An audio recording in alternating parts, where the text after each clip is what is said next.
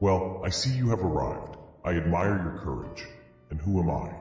Just think of me as your very own personal ghost host. I'm here to tuck you in tonight. So, lock your windows and doors, look in your closet and under your bed, and hold your blankets tight, and prepare for 6 terrifyingly true ghost stories. Our first story comes from a mother who has a daughter whose new friend may not be imaginary. It's called, "My Daughter Sees Things, and Now So Did I." I'm going to try and make this as short as possible. My husband and I believe our daughter, who's 4, has been seeing things and may have a paranormal friend of some sort. She is autistic and mostly nonverbal, but can say a good variety of things. She's always talking to somebody in her room, and with the things she says, we've noticed that it sounds more like a conversation than just random nonsense. This has been continuing on for a while, and we didn't think a whole lot of it. She doesn't talk to us much, but she draws, and she's also recently been drawing all these alien-like creature-looking things. Again, didn't think much of it. Last night, my husband and I heard her talking to someone again in her room, and I said quietly, "I'm gonna go check on her." As soon as I stood up from the couch, she went completely silent. It's like whatever it was knew I was coming down the hallway and went away. She said goodbye, and that was it. Tonight, my husband came to get me and said that she was sitting in the corner of her bed in a little bit of a strange way and looked like she was trying to cover someone up with a blanket. He was laughing about it and told me to come take a look, as she looked silly. When I came to take a look, we both saw a stuffed animal on her floor move. With zero reason. No wind, no movement in the room. There was absolutely no reason for it to move. We both instantly looked at each other. She's now currently sleeping in my bed. I'm skeptical. I don't even normally believe in this stuff, but I now have seen it with my own eyes, and I am terrified, especially because I can't ask her what she's been seeing because she won't be able to tell me. How do I know if this thing is good or bad?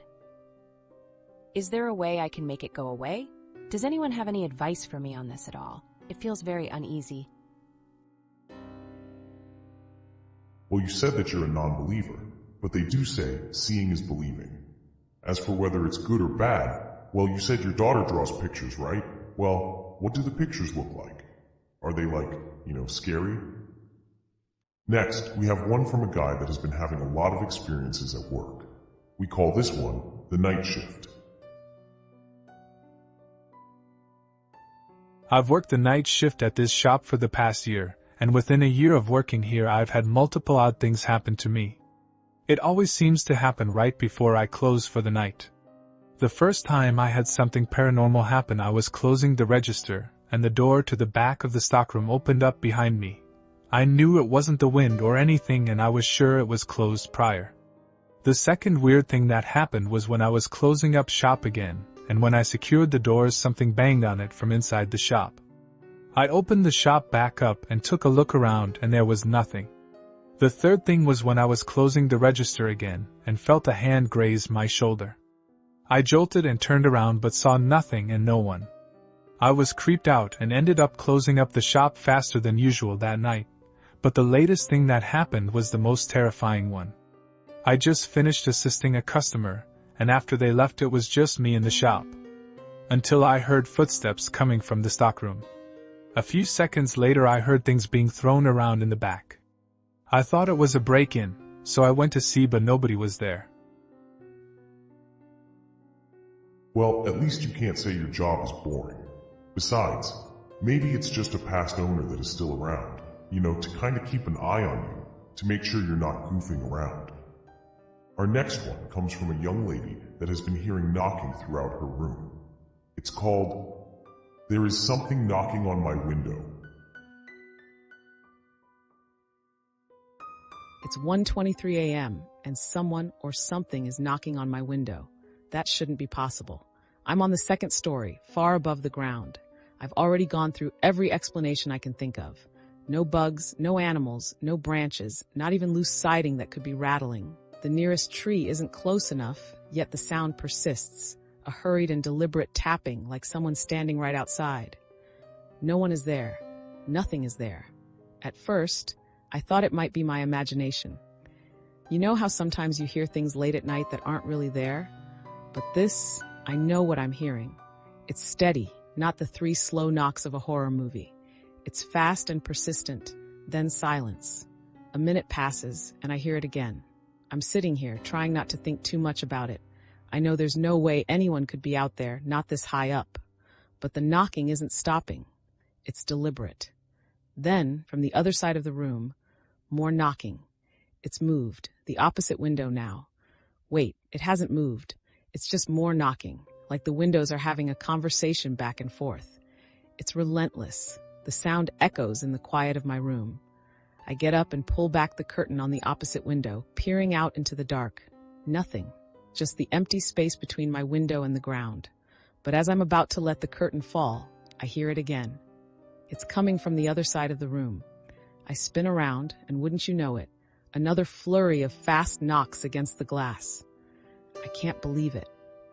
I dash back to bed, throw the covers over my head, like that would protect me from whatever this is, and turn on a How to Better Your Life podcast, hoping it will drown out the noise. Instead, it seems to amplify it. Every time I try to focus on the podcast, the knocks break through, getting louder and louder. I can hear it clearly, even with the volume cranked up. I must be going crazy. Schizophrenia usually shows up in your early 20s, right? That checks out. I'm 23, but I don't have any family history of it. It's not like I see Barney in a tutu dancing in the corner of my room, so I have no idea. Could it be the antidepressants? Did I skip a dose? Could that even make you hallucinate? Wait, do sounds even count as hallucinations? What if it's someone messing with me? But how could they knock so high up without me seeing them? Maybe they're throwing stones. But how are they throwing them that fast? It makes no sense. I glance at my phone, half expecting a text or call, maybe a joke from a friend. But nothing. I let the podcast continue, but again the host's voice is drowned out by the knocking. I shove my earbuds in, trying to tune out the sound, but it's no use. It only gets louder. It feels almost taunting. Then, just when I think I've finally blocked it out, there's a pause, a heavy silence hanging in the air. For a moment, I feel relieved. Maybe it's over, but I literally couldn't take the suspense anymore. I throw back the covers, my feet hitting the cold floor. I walk toward the window, half expecting to find a prankster on the other side, someone with a twisted sense of humor. I reach for the curtain and pull it back, bracing myself for whatever I might find. But still, nothing. Just darkness, just silence. So here I am, back in bed, writing this post, because what the hell? Does anyone have any ideas? Thanks. Look, don't panic, okay? It may not be someone messing with you, or schizophrenia, or meds. I mean, maybe it's just a ghost. Before we get into our next tale, I just want to take a moment to remind you to, assuming your hands are not trembling with terror at the moment, hit like and subscribe. It'll really raise our spirits, so to speak. And if you don't, I swear I'll come and haunt your house. I'll rattle chains at all hours of the night, yell boo while you're trying to sleep. I'll raid your fridge, and I'll, try on all your clothes and stuff. Just a lot of scary stuff. This next one doesn't really involve the OP, but his aunt. We call it my aunt's grandma. My aunt used to tell us ghost stories back then, but this was the scariest one she had ever told us. She lives in a fairly big house with 3 floors up with her mom and little sister. She was in college back then, and she invited her 2 schoolmates to have a chill vibey night there to distress from their schoolwork. They arrived at the house around 6 to 7 p.m. The 2 guests sat in the living room watching TV while my aunt is at the kitchen preparing food and drinks. Around an hour passed by, and they were feeling good from what they had consumed. My aunt goes to the bathroom to take a pee. Then the 2 guests heard a door opening from the 2nd floor, and footsteps coming down the stairs were heard. It was my aunt's grandma coming down from the 2nd floor bedroom. The guests looked at her, and she looked mad. She stood just below the stairs and stared at them. They greeted her, but she did not respond. She slowly walks up to the guests, puts her hand close to one of the girls, and pinches her arm really hard. She started yelling and told them to quiet it down because they were being really loud at night. They apologized to her and told her that they wouldn't be loud anymore. She lets go of her arm and walks back up the stairs without saying a word. My aunt goes back to the living room, and when she looked at her schoolmates, they were being awfully quiet. She asks them, "What happened? Why is the TV not on and why are y'all so quiet all of a sudden?" Her schoolmates looks at her and told her the whole story of what just happened. My aunt responded, "Grandma, my grandparents doesn't live here." Her schoolmates started freaking out, telling her to stop joking around like that, and it's not funny. One of her schoolmates said, "Look, I even have a bruise where she pinched me." And there it was, 2 light bruises on her arm from where she got pinched. She told them she wasn't joking and invited them upstairs to show them that there's only the 3 of them living in that house. The girl that got pinched started crying, telling her they should head home, and that's what they did. Now, I've been in that house before, me and my cousins. We used to have a sleepover on the 2nd floor bedroom, and we have experienced a lot of ghost sightings there. One night, my cousin Kirby had trouble sleeping. When he looked at the end of the bed, he saw something staring at him. He described it looking like a demon, just glaring at him with its red eyes. My cousin Mark also saw the same demon my cousin described, but it was on a different occasion. He was also in the same bedroom, but he saw it outside the door, walking down the stairs. The only experience I've had in that house is the footsteps coming down the stairs. It was during Halloween when me, my uncle, and 3 cousins were drinking in the living room. We were telling each other ghost stories about the house. Then suddenly I hear the footsteps coming down from the stairs. I told them to quiet it down, and they heard it as well. Me and my uncle laughed it off, but deep down I was scared as hell. I asked my cousin about their experience living there, and she told me that they're used to it. They would even greet it whenever they hear or see something. I guess it's a good way to cope with it, but man, it's like they accepted it inside their home, and now it's living there with them, like it's a part of their family. They already did 3 house blessings in that house, my grandma told me. The thing is, it hasn't stopped haunting the house. Some guests experience sightings despite blessing the house multiple times and putting up crosses. I always refuse sleeping in that house every time we go there. There's something evil in that home, and I am not gonna stay there at night. The area where the house is located used to be a field, where apparently they dumped bodies back in World War II. But I don't know if it's just a hoax. Wow! I guess your aunt's friends were really making enough noise to wake the dead. Our next tale comes from a lady that has tons of experiences. It's called A Number of Experiences. Okay, wait a second. Who the hell came up with that lame title? What do you mean I did? Look guys, if you keep this up, I'm gonna take away your Ouija boards. Hey all! So I recently started lurking on this thread and have realized that I have a number of experiences that I'd like to share. Things that have happened at various points in my life. Would definitely appreciate some feedback. Experience 1. At my second house in the Northeast US, my cousins and I were hanging out in the spare bedroom. We must have been 12 to 13 at the time. We were hanging out on the bed and just laughing and talking about how the paranormal wasn't real, we were real nerds, and how none of this stuff is real. Almost on cue, the ceiling light fan flickered on and off, and the closet door, which was completely shut, a sliding door, literally flung wide open with force as if someone grabbed the handles and yanked it as hard as they could. Needless to say, my cousins and I ran out of the room screaming, and I never felt comfortable in that room again. I remember this experience as clear as day, and it's still unsettling. Experience 2. A few years later, my family and I moved to a different house in a different place, albeit a slow town with tons of farmland. I would take the school bus to school on a regular basis, and I would often have to get up at 6:30 a.m. to catch the bus at 7 to 7:15 a.m. On one particular instance, in October, the bus was driving through a housing development with houses that looked to be relatively new. The bus then made a stop to pick up some kids, and as the bus got ready to depart, I looked out my window to see a little girl in a white dress holding a teddy bear in her hand, standing by herself. My initial thought was, oh, this is someone's sister, but then reality hit me and my heart skipped a beat when I thought, who would let their 5 to 6-year-old sister stand outside by herself at 7-ish in the morning when it's still dark outside? Almost on cue, I looked back out my window immediately, and the little girl was gone as if she'd never been there. Experience 3.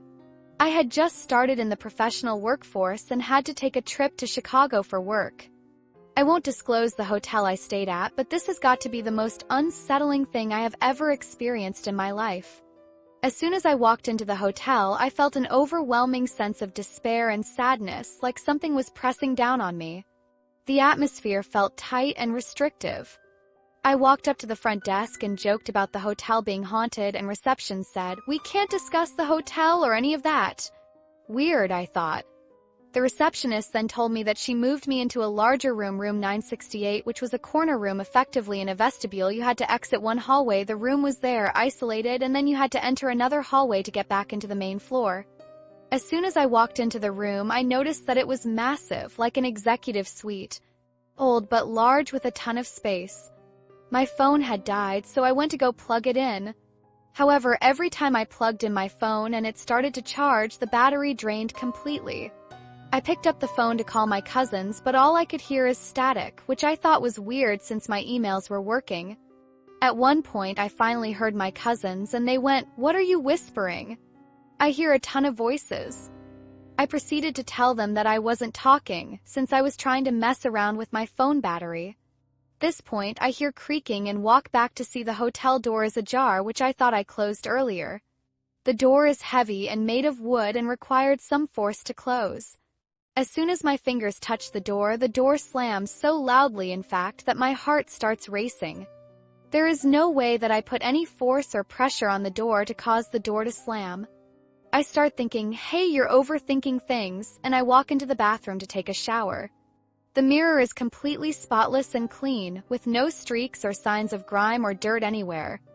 I take a very, very hot shower, and as I look into the mirror, I see before my eyes appearing like someone taking a finger and drawing it in real time, a 968.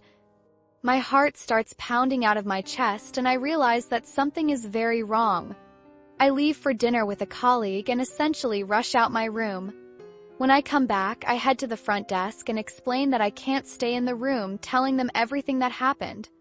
They tell me that 3 or so people had similar incidents and move me to another room. The issue? I have to go get my stuff. I get back to the room and it is night and pitch black. Unfortunately, there is no light switch in the room and I am stumbling through the darkness with my iPhone flashlight on. I finally get to the main light and turn on every single light in the room.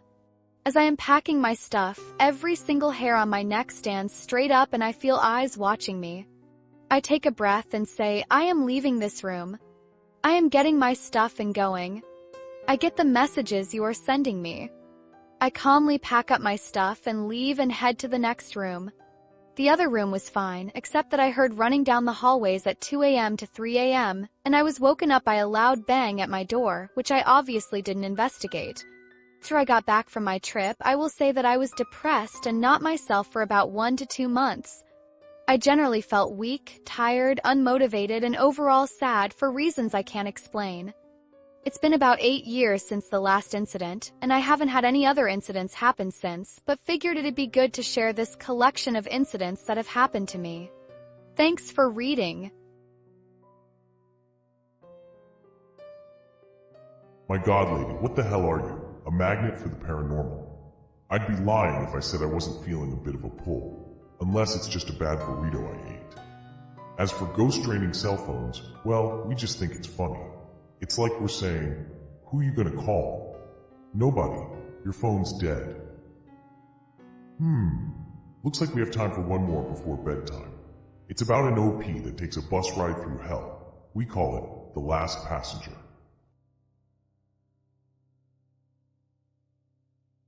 I should have known better than to stay out late, but the night got away from me, and by the time I got to the bus station, my usual bus had already left. The station was deserted, the fluorescent lights flickering overhead like they were barely hanging on. The silence was unnerving, broken only by the occasional hum of the lights and the distant sound of passing cars. I wasn't alone, though. At the far end of the bench sat a man. His clothes were old, tattered, like he had been wearing them for years. He was slouched forward, hands on his knees, staring at me. His eyes? They never left me. I shifted uncomfortably, hugging my bag tighter, trying to avoid eye contact, but the weight of his gaze was impossible to ignore.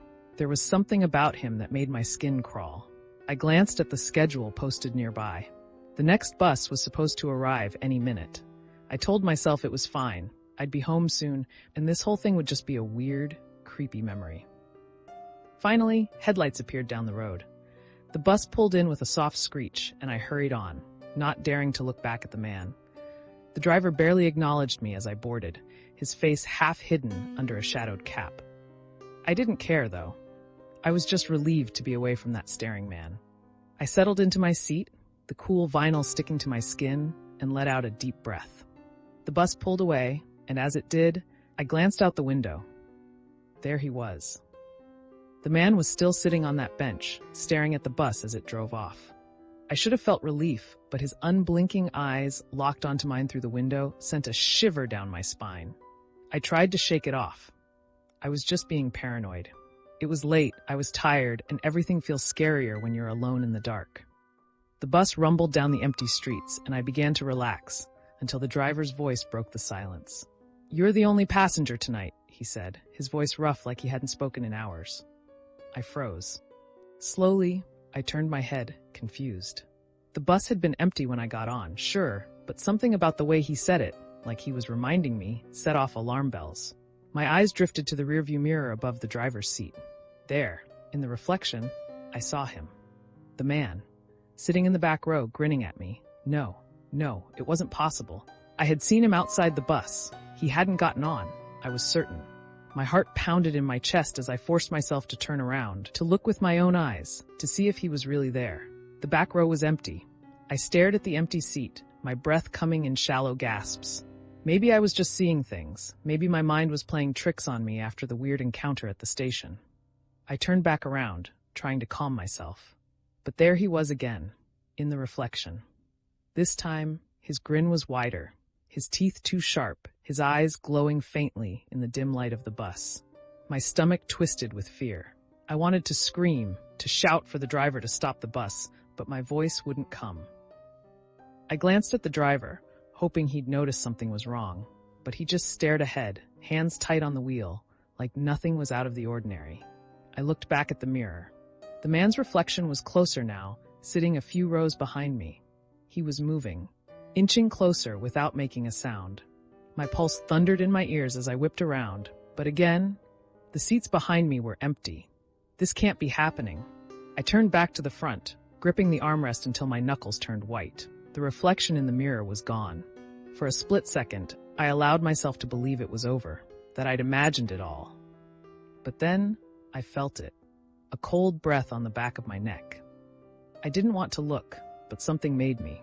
Slowly, I turned my head and saw him, crouched in the aisle, just inches from my face. His grin was impossibly wide now, stretching beyond what was humanly possible, his teeth sharp, jagged.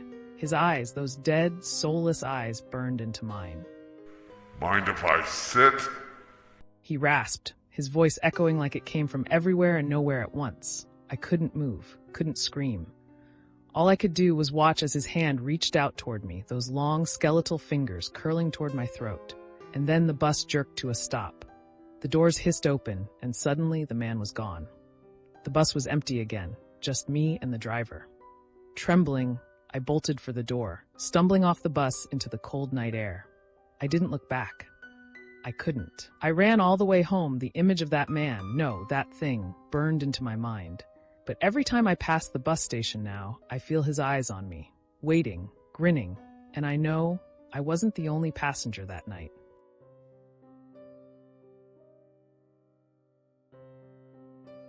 Well, I'll admit, I'm a little surprised that you'd still be taking the bus again anytime soon. But I gotta say, you've got a lot of nerve. I mean, I'm supposed to be the one giving you nightmares, not the other way around. That was some scary stuff tonight, wasn't it? But do you know what is not scary? Hitting like, subscribe, and sharing this video. it'll really help us keep the ghosts at bay. However, if you prefer podcast, then you're in luck, because we also release our videos in podcast form on Spotify. And of course, if any of you have a story to share, then by all means, drop me a line in the comments. But I do want to thank you for stopping by, and I hope the stories we told won't be giving you too many bad dreams. But if they do, then maybe you shouldn't run from them. After all, sometimes it's better to embrace your nightmares.